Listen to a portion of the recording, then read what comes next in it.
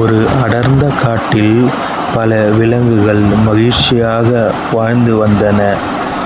அந்த காட்டில் ஒரு கொடூரமான சிங்கம் இருந்தது. அது தினமும் பல விலங்குகளை வேட்டையாடி அனைவரையும் பயமுறுத்தியது.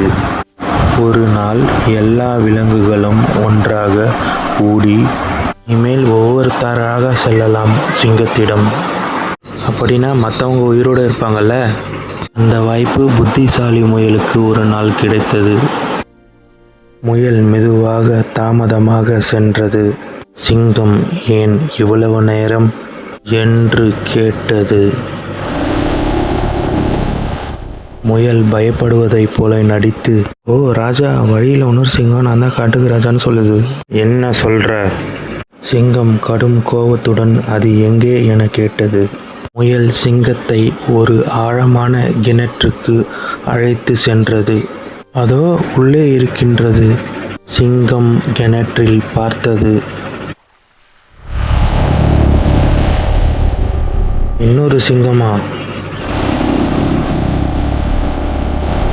அந்த கிணற்றில் விழுந்து சிங்கம் அழிந்தது. பிறகு காட்டில் எல்லா விலங்குகளும் நிம்மதியாக வாழ்ந்தது.